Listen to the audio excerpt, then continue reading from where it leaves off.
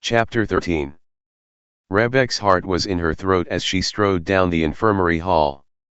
Upon landing, she'd planned to go to bed and sleep for a week, but the healers said her husband was awake. He'd emerged from his coma just after Rebekah and Yawgmoth had embarked on their trip. In their conspicuous absence, Glacian had been busy, very busy. She entered Yawgmoth's laboratory. Glacian was nowhere to be seen. His wheelchair, bed, desk, sketches all were gone. Crossing the hall, she looked into two more chambers before she found him. Glacian looked thin and only vaguely human. His face was at once blissful and intent. He sat in a much modified wheelchair. Mechanisms of artifice surrounded him. A body sling compressed his chest, helping him exhale. A bellows drove air through a tube that pierced his throat. Another tube induced a continual flow of serum into his blood. A metal halo lifted his chin away from his neck. The small power stones that ran all these devices winked in an array to one side, votive candles for a martyred god. A crew of goblins circulated about the man, checking the various devices that sustained his life. Servitor automatons worked quietly among them. The goblins glanced up disinterestedly as Rebekah entered. Glacian's eyes were piercing. "Ah, Rebekah," he said quietly. His voice rasped away as he waited for the bellows to inflate his lungs again. "You're back from your little fling." Rebekah blushed, coming to kneel before her husband's chair. She drew the edge of her cloak over her mouth. "I'm sorry, love. I tended you for 2 months in coma. It was killing me as surely as it was killing you. It wasn't killing me, as you can see. I knew you were with me. When you were. I also knew when you'd gone. And where. And with whom. It was a mission for the council," Rebekah said. "Yawgmoth was establishing." "I know what he was establishing," interrupted Glacian, "his own private army throughout the Empire. He's positioning himself to seize control." "Seize control? Of what? Of the Empire?" One healer. "Of the Empire, of the world, of everything, of you." Rebekah's face hardened. "Yawgmoth hasn't made the slightest attempt to seize control of me. Don't you think it's strange I awakened just after he left? Once he wasn't around to dilute the serum or put soporifics in it. When it was just his toadies left caring for me, I awakened." "You're paranoid? And I have toadies of my own. Apprentices, here in Halcyon but also in the other capitals. Some are even elders, now. And these goblins here, and in the rig I'm still their master. And as long as I have this," he lifted his hand, fingertips smudged with the stylus he clutched, "I have my own army. First, these machines. My toadies built them. They are doing more for me than any serum. They breathe for me, hold me up. I'm designing one to pump my heart. But they can't stop the lesions. They can't keep your body from breaking apart, your mind from breaking in two. Does it matter? I wake to find new plans I've designed. I'm shaking them out of my sleeve. Look at this. A mantis warrior. It's based on my old design but with improved armaments. Razor mandibles, scythe claws, flex steel abdomen and stinger, and these incendiary antennae. The council's already ordered 50. I've sent an apprentice to the capital guilds. The other city-states will be building them soon. I'll have my own army. The artificer unions know Yawgmoth is a charlatan. They'll build my warriors. They're based on a new Power Stone configuration. Power Stone configurations. Insect warriors? Look at you. Rebekah said, shaking her head in astonishment. You're turning yourself into a Power Stone configuration, an insect warrior. What else am I supposed to be? Glacian shouted. Nothing at all. Am I supposed to just placidly fall to pieces? I'm still the genius of Halcyon. I'm still your husband. You can't just fling me on the refuse heap, like you do all the others with this disease. Fling on the refuse heap. I'm going to fight him, Rebek. I'm going to fight him for you. I'm going to fight Yawgmoth, and I'm going to fight death. And they are one and the same. Oh, Glacian, you're not yourself. You're not seeing things as they are. I am. I've never been so sure of a thing. He reached out to stroke her hair, but she drew away from his scabrous touch. Angered, he said, I'm the only one who sees. I'm the only one who has ever seen. She stood and turned toward the door. Yes, my love. You are the only one. He's diluting it, Jix insisted, looking around the candlelit table in a deep chamber of the caves. In the month since Yawgmoth's return, Jix had considerably deteriorated. Beneath the white scarf that wrapped his head and mouth, lesions split his skin open. He felt his face might simply slough off. His hands were no better. As his skin deteriorated, his will grew stronger. He spent 12 hours a day caring for patients in the quarantine and 3 more lobbying the untouchables in the upper caves. They allowed him in their midst only wrapped like this, with promises he would touch no one. Even so, they were beginning to listen. Yawgmoth is diluting the serum. It no longer halts the disease. The healthier ones grow worse. The rest die. Eyes around that candle flame were sullen and withdrawn. He's exterminating us. Don't you see? A pillow-faced woman spoke for the others. He is liberating us, not exterminating us. It's been months since he's allowed any more folk out of the caves. Still, every day, another 10 or 15 exiles reach the quarantine. It's been 1,023 patients since the last untouchable was allowed to ascend. Untouchable is no longer an acceptable word, the woman corrected primly, pulling her ragged clothes up around her. Yawgmoth himself has outlawed it. None of us are untouchable. All of us are. Don't you see? He's taken from the caves everyone he can use, everyone he can command and hold in thrall.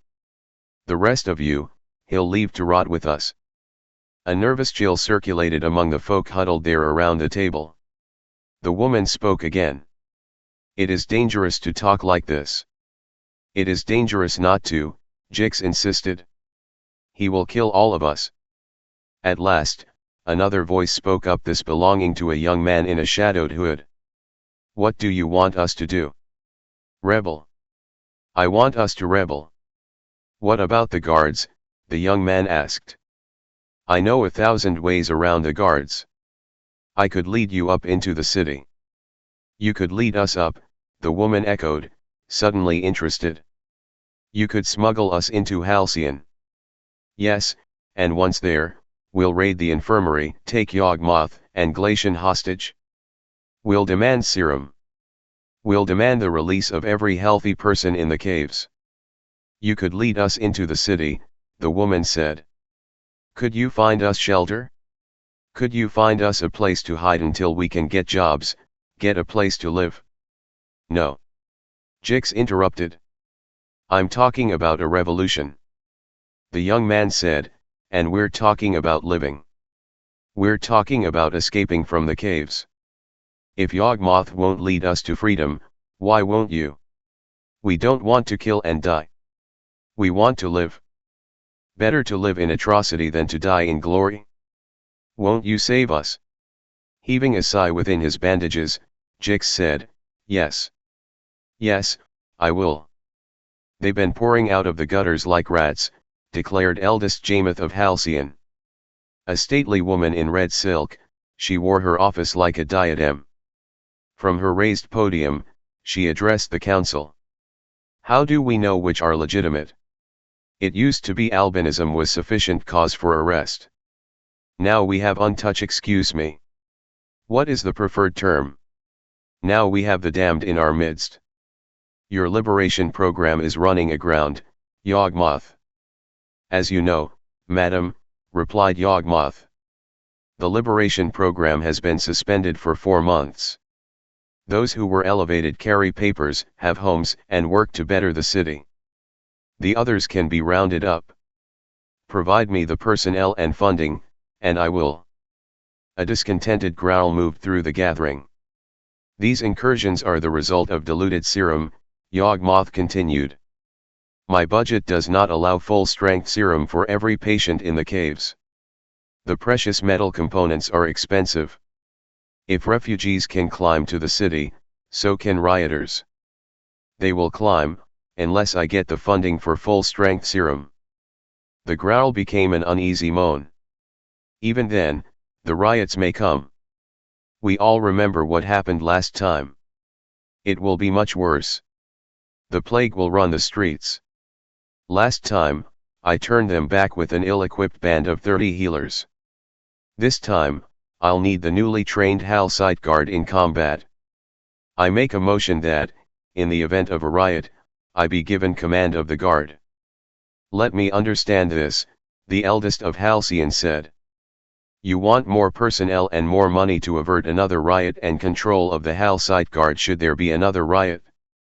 Or, if you like, I can relocate my efforts to Lausanne, where the plague also worsens every day. These are the conditions under which I will fight this plague for you. If you are unwilling to provide me these few provisions, you had better find someone else. Eldest Jametha's countenance had paled so much, she seemed one of the damned. It is right that this vote be taken among Halcyon's elders only, lest our friends from the other city-states vote down the measure in order to lure Yawgmoth away. As leader of the Halcyon elders, I claim the right to cast the city's vote. I approve these allocations of personnel and money. Any Halcyon who opposes, speak. The council hall was utterly silent. 26 times in the last months, Jix had led healthy refugees up from the cave. Over 120 folk had escaped because of him. The route was proven a natural, star-shaped chimney that never intersected the monorig. It first emerged in an unused dry well on the edge of the Halcyon sewer system. From there, Jix conducted each party past flushing dung asses to various storm grates. At the darkest corner of night, he led them to whatever stable or shed would give them a night's rest. This time was different. It was Jix's 27th trip thrice the evil number 9. His gut told him death waited above. Jix peered through a grate in a shadowed alley. Wooden pickets leaned like crooked teeth toward the lane. The way was narrow enough not to admit vehicles. It was dark enough to forbid casual traffic. A rainwater cistern along one edge of the road provided ample water for drinking and bathing. A granary nearby had plenty of abandoned mills and machine sheds where refugees could hide. This had been his fallback site, the best location in the worst situation. I don't think you should go, Jix whispered to the 5 souls huddled in darkness behind him. Something's not right. What is it? Asked one of them. Is someone there? Something's not right. I don't know what it is. Then take us to another place. No, this is the best place. It's not the place. It's the night. Something's different. It's too still. There came an incredulous silence. So you want us to sit here until tomorrow? Or come back down with me?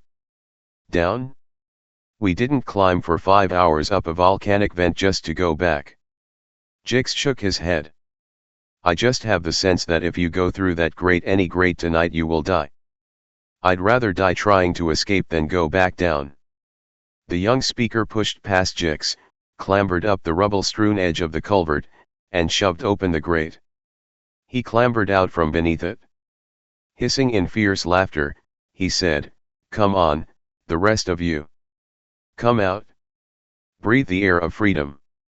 Another followed, then the 3rd, 4th, and 5th. Jix held open the grate. They were a mob of black shadows cast against the leaning pickets. They crouched beneath the night sky as though they still lurked in sewers, but there was a manic joy in their hunched shoulders. Their feet were quick on the cobbles. Jix stared out at them. "Good luck to you." He lowered the grate over the culvert. All 5 suddenly were dead. It was as quick as that. There were 5 quick flashes of dagger light and the unmistakable smell of blood spraying. The manic shadows fell in wet mounds on alley stones. Behind those daggers came men and women. They were not Halcite guards but a different brand of warrior. Sleek, silent, lethal. There was nothing of pomp and bluster in the work they did, only efficiency. "This one isn't him," one of the killers reported, dropping the head of a dead woman. "This one either," another said. "None of these have phthisis," came the voice of a third. "Are you sure their leader does?" "Yes," responded a shadowy figure in their midst, Yawgmoth. "Just as sure as I am that he is lurking still in the sewer." "Should we go down after him?" "No. You'll not catch him. Besides, he is useful to me." "Predictable. He'll lead more refugees up here. We'll capture each batch. The council will grant us more soldiers, more funding." Yawgmoth said grimly. "No. He is useful to me alive. These 5 are useful dead, the first fruits of the new campaign. The council will be pleased." Jix heard it all, fetched up breathless beneath the grate. He feared to move, lest the patter of water betray him. He remained as the assassins hauled away the dead. Only after they were gone did he realize that the trickle that fell on his back was not rain but blood.